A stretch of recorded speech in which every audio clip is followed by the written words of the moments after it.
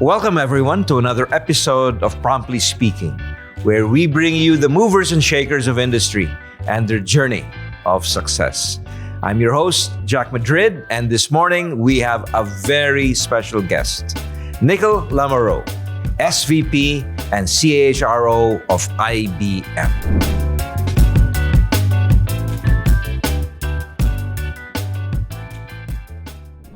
Nickle, welcome back to the Philippines. Thanks for having me.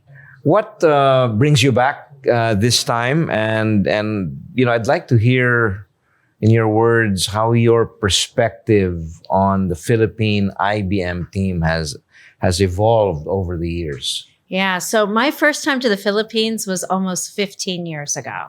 And I was in a different job. I was not the global CHRO at the time, but I remember being so impressed with the talent.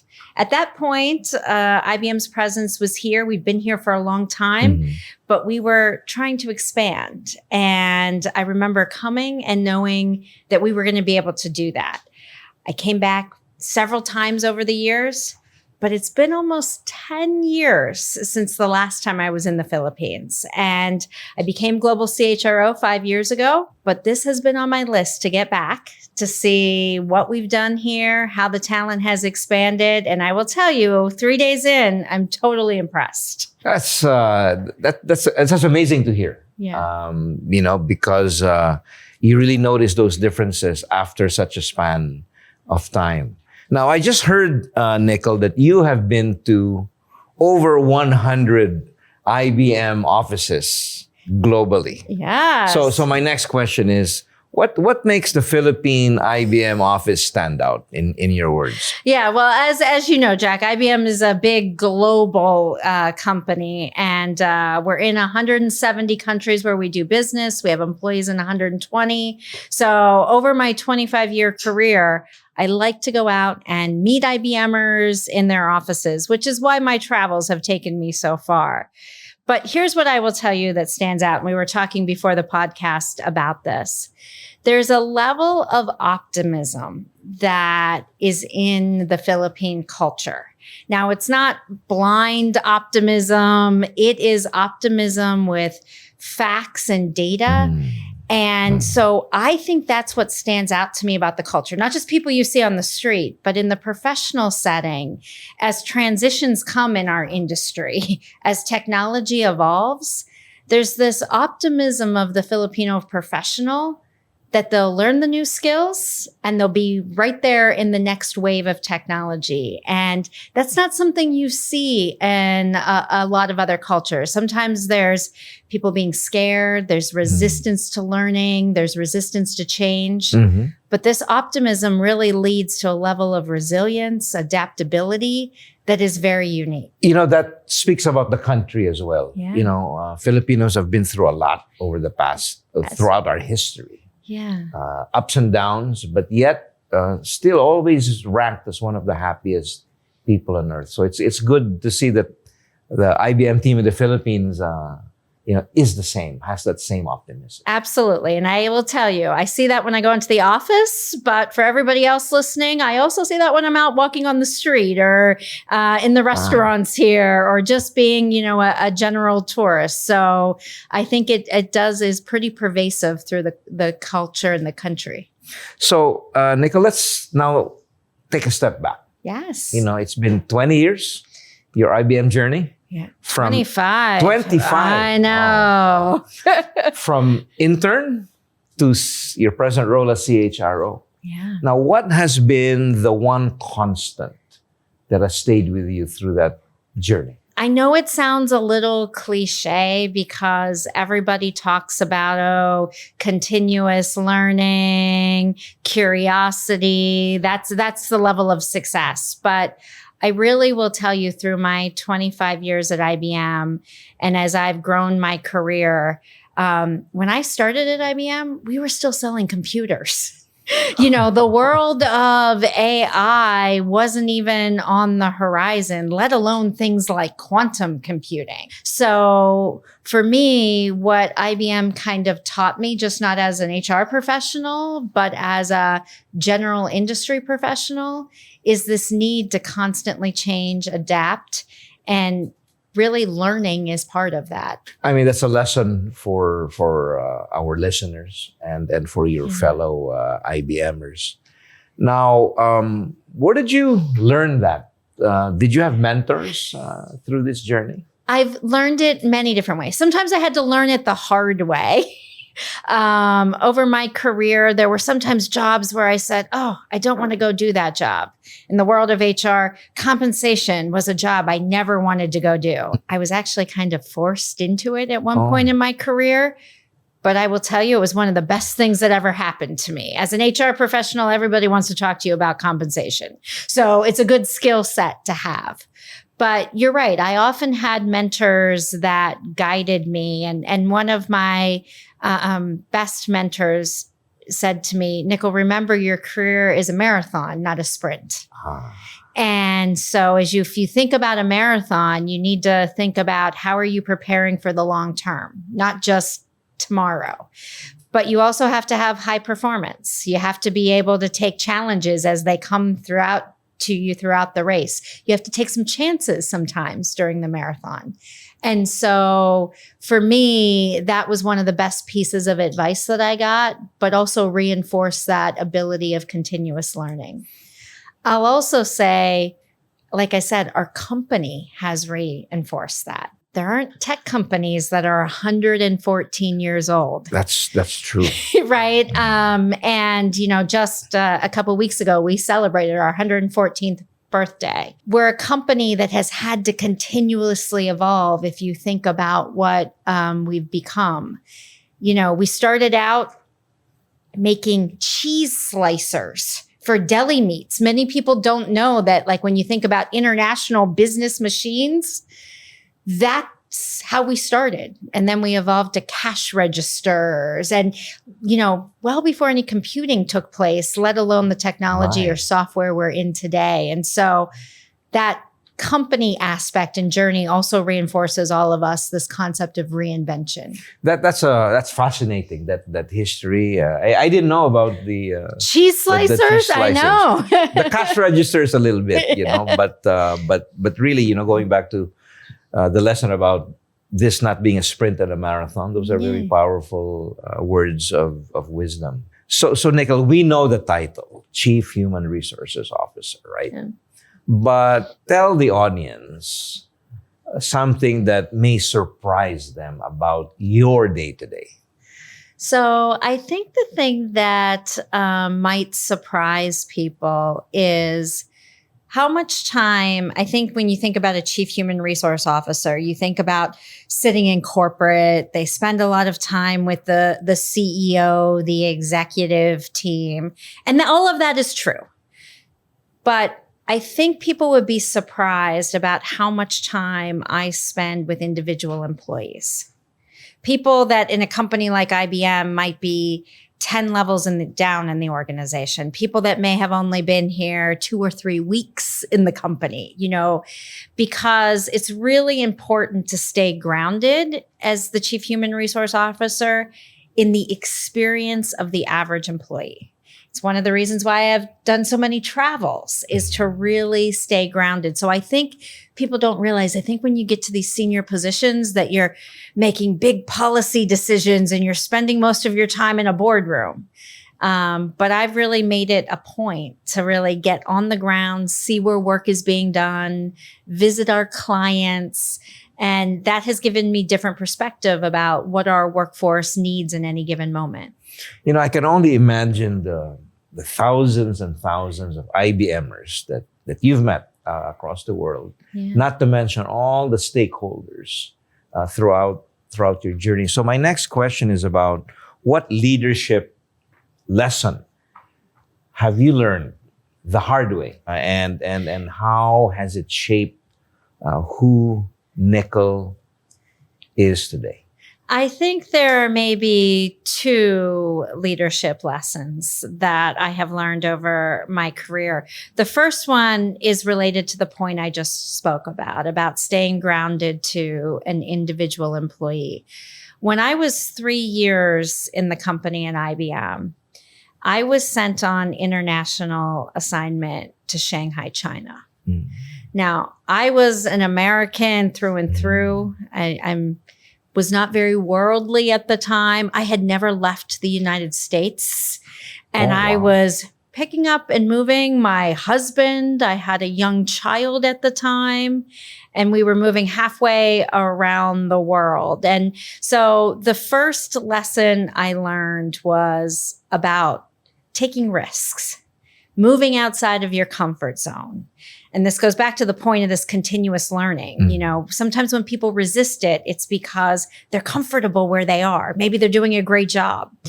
But I learned a lot about taking risks. And that one move I made in my career, I think may have been the single biggest thing that changed my trajectory. For the next 10 years, people viewed me as an expert kind of on Asia because I was able to immerse myself here and travel. People came and asked my advice about what should happen in different markets, you know. So I got a lot of exposure to people in corporate who wanted my perspective. And so this idea of risk taking, but then risk taking grounded in really knowing a market was important. Maybe the second point that I will make, and it goes with the risk taking, it doesn't matter if you make a mistake. What matters most is what you do after you make a mistake. Learning from that mistake. Absolutely. I think a lot of people don't take risks because they're afraid of making a mistake. And what I have learned is if your career is long enough, you will make lots of mistakes, but how you respond to them, how you adapt, are you honest about it? What do you learn so that the mistake doesn't happen again is probably the second piece of advice. So risk-taking and learning from your mistakes. Very meaningful, I would say, lessons that our audience will appreciate. Now I'm going to probe a little bit more. Yes, please. Nickle. What is an example of a tough, hard employee experience that you had to deal with and willing to share? At a personal level? With a specific employee or situation. So I think, look, and maybe I would say this even in the more recent past, return to the office. And for many of our listeners, this is deeply personal. It is also something that a lot of people have opinions on. Yes. And at IBM, we spent a lot of time debating what is the right strategy going forward. IBM has always had a flexible work environment. We've always given employees from time to time, based on personal situations, an ability to work remotely. But as you know, and many of the companies and people listening know, during the pandemic, the desire to have fully remote work really increased from a lot of employees, right? Not only because they were digitally capable, but most people don't like the traffic and commuting, which I totally understand. And so we had to make a decision as a company about what to do with that. And it was a really tough decision because you have your personal desires about whether you like to commute or not. Some people have personal preferences of being in the office or being at home. And you had to put kind of personal preferences aside and make decisions that were best for your workforce, but also best for your business. Like most companies, we have ended up in a hybrid environment. But this is the piece that I think is something that it can be very difficult because you're not going to make everybody happy. And as CHRO, I have had to learn any policy decision you make, you're usually going to have a group of people, especially when you're in such a global company, that disagree with that. So the only piece of advice that helps you get through that is be transparent about whatever decision you're making and make sure you always explain the why. People may not agree with the decision, but if they understand the why when you make these tough decisions, people will be more willing to accept them. Well, thank you for sharing that. Those were really very deep, insightful lessons that you articulated so well. So on a related note, any memorable incidents or experiences that inspired you? Yeah. Look, and I was just at our delivery center here in Manila, and two things really inspired. One, we just put in a new HRIS system globally across all of IBM, so supporting almost 300,000 employees. And a huge part of that work was done by the team here in the Philippines. Wow. And these were individuals that didn't have necessarily before this a lot of deep expertise on the product or the platform, but their ability to learn the technology and then partner with my team in HR, many of whom are not technical, to understand requirements and make that a success. That's just one story. That's an internal story that makes me very excited. Second area is whenever I go out with clients and they talk to me about the IBMers that are making a difference in their companies, because we're an enterprise to enterprise company. You know, we don't sell to consumers. And when those clients, they're not talking about senior leaders. They are often talking about junior employees that have done something that has really changed their business. That inspires me because I think it's important. Sometimes when you get to be a big company, you think that the people making the biggest difference are at the top of the pyramid. Mm-hmm. And really what you find, particularly in how fast this world is moving, that's not the case, that individual employees really can make a huge difference. So that inspires me. Wow, that's wonderful to hear. I mean, that sounds like, it's so gratifying across the board, even to the employees who receive that kind of recognition by your clients. Absolutely. So we're going to move to one of my favorite parts of the show, Nickle, which is when I ask you questions in a very fast manner. Great. And I don't want you to think too much about what the answer. Just respond with the first thing that pops into your mind. Okay, I'll do my best here, Jack. Yes. Now, what is something that you've learned from Gen Z employees lately? TikTok. So you learned that?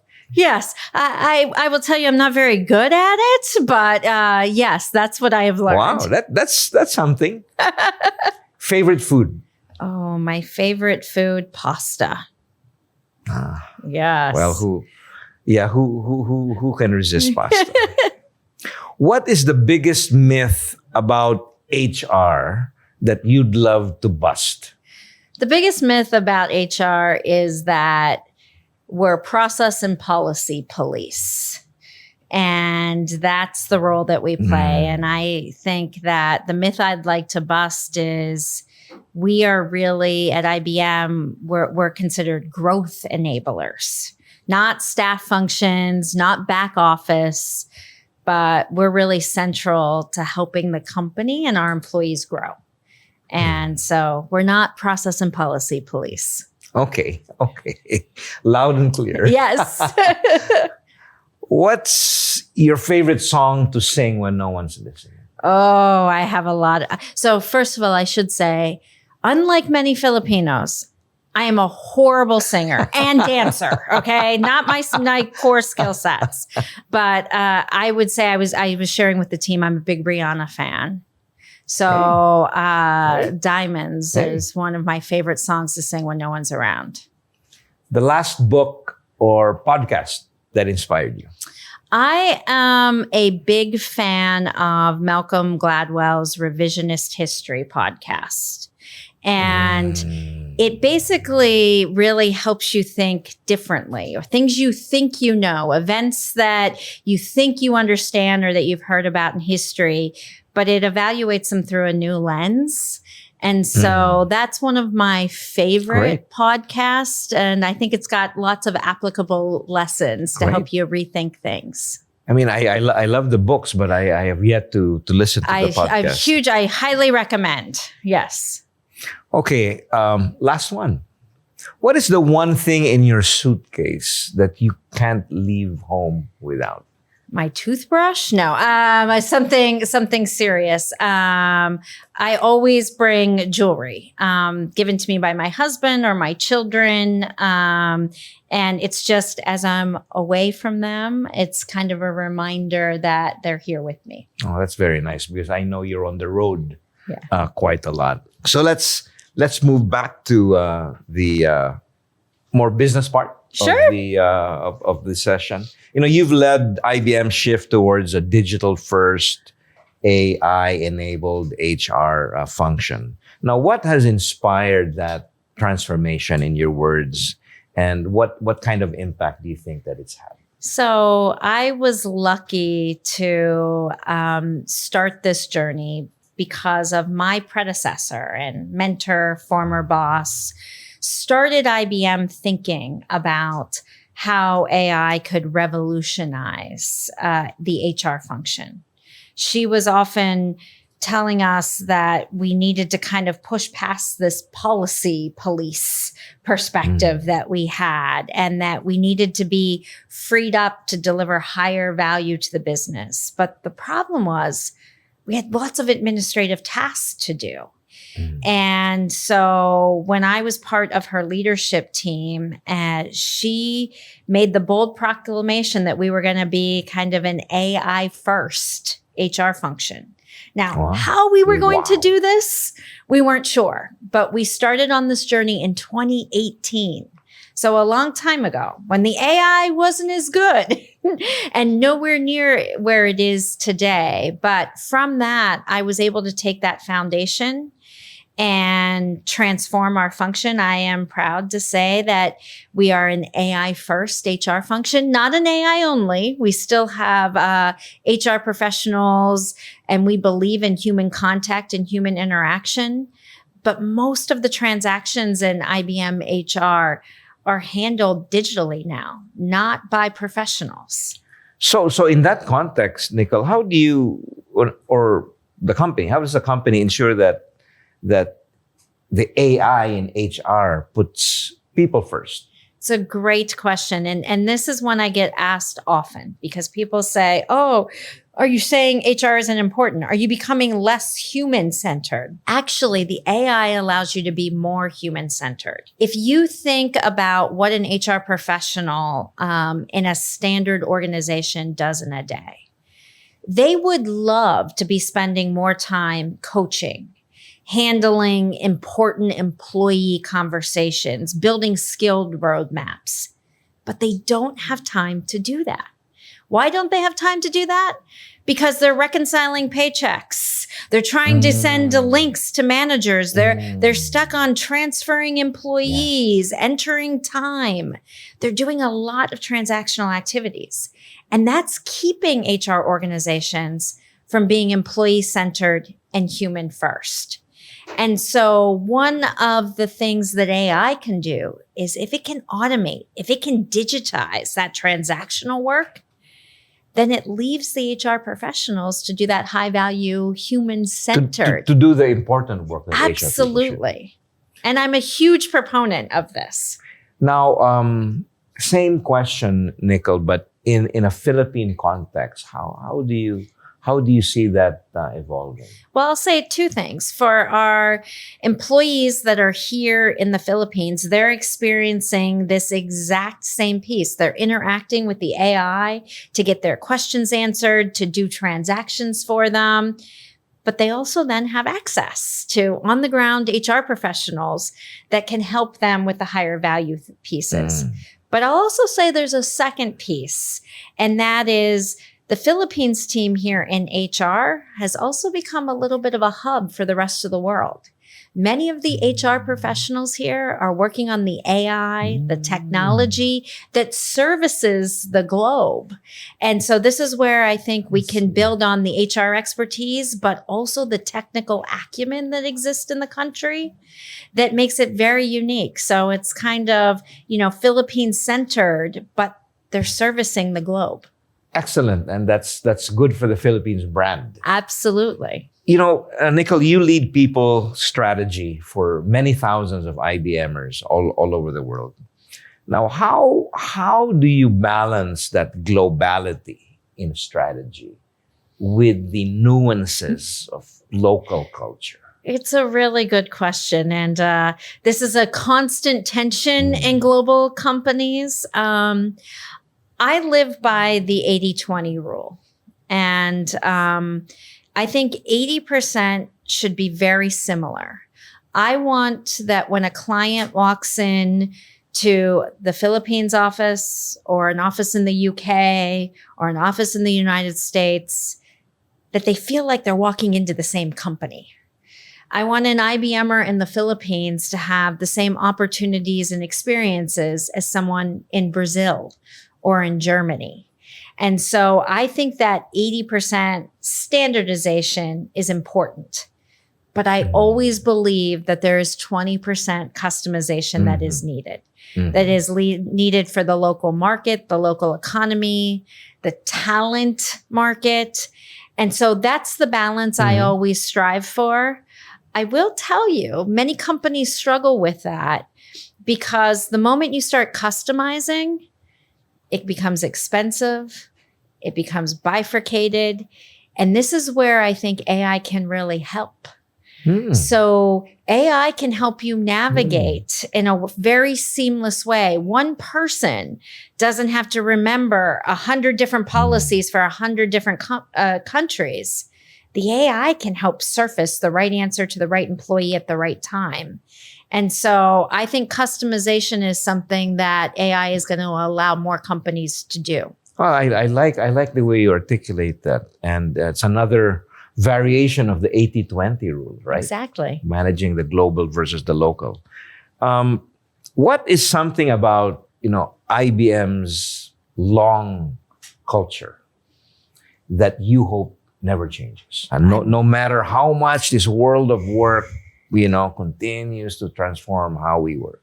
Yeah. What's the one thing? Do I have to be limited to one thing? No. Okay, I'm going to say three things then, Jack. Okay, I could probably say longer, but I'm going to be focused on three things.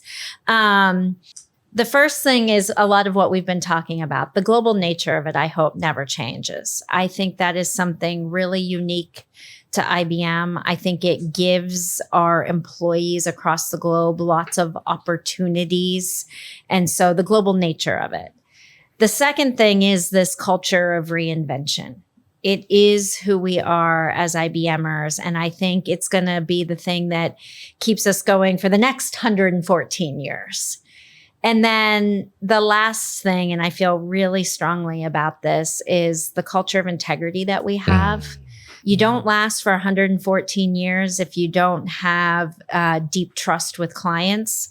You don't get to operate in 170 countries if you don't have that deep integrity and trust in the countries and the communities that we work in. And so those are three things. Those are amazing, and those three topics can be, can be the topics of another podcast. Yes. On their own, right? So as my last question in, what has been such an insightful conversation, what would be the message that you would like to impart to the young professionals in the IBM world, or even in the whole tech world? Yeah, in navigating this, very fast evolving world of work that we now are in. Yeah, here's what I would say is take a lot of risks. The technology is moving quickly. Don't be scared. Don't be worried about making mistakes. Given how quick the industry and the technology is evolving, it's going to require you to be hands-on, experiment, play with the technology. I would also say, even if you aren't in the tech world right now, every job is going to become a tech job. And so no matter what profession you're in, use the technology, experiment with it, because I think that is going to be the difference between people that are successful 5-10 years from now and those that aren't. So just embrace it. I'd love to end our conversation, Nickle, with a topic that's close to all our hearts, especially here in the Philippines, as we grow this industry of 1.9 million digital Filipino workers. What is your message, to the Filipino talent? I always say this, and I gave this message in to IBM. I think the Filipino culture is naturally very humble. And it's what makes you very collaborative. It's what makes the rest of the world embrace you. But on this point of your technical talent, you are so digital, you are so capable. Don't be humble about that. The world, the industry is yours to take on this topic. So be bold and be vocal about it. Wow, I love that, because that really hits home. And I will make sure that all our talent listens to your statement about that, because it's true. So thank you very much, Nickle, for such a pleasant, enjoyable, yet insightful and deep conversation. And I hope you enjoy the rest of your time here in the Philippines. Thanks for having me, Jack. Appreciate your time with on this podcast, Properly Speaking. And again, a big thank you to Nickle LaMoreaux, CHRO of IBM.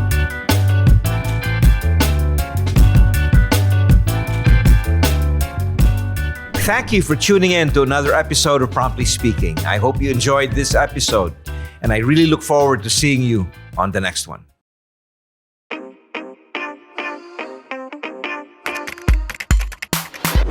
That's information technology and business process management. We are coders and programmers, agile animators, illustrators, auditors, analysts, from consultants to managers, nurturing nurses and doctors, data developers and testers, VA smiling CX stars and artificial intelligence engineers. Oh, wait, there's more. We are problem solvers and number crunchers. We speak in several languages, including Java, Python, Python, and so on. And on and on and on. We create heroes and villains. We gain experience and level up in life.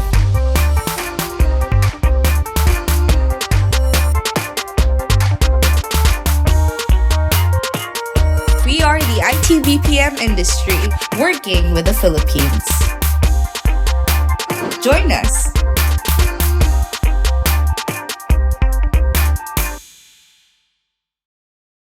Thanks for listening. If you enjoyed this episode, be sure to follow and subscribe to IBPAP on Facebook, LinkedIn, TikTok, and Instagram. Stay tuned for the next episode on Spotify, YouTube, and Apple Podcasts. IBPAP.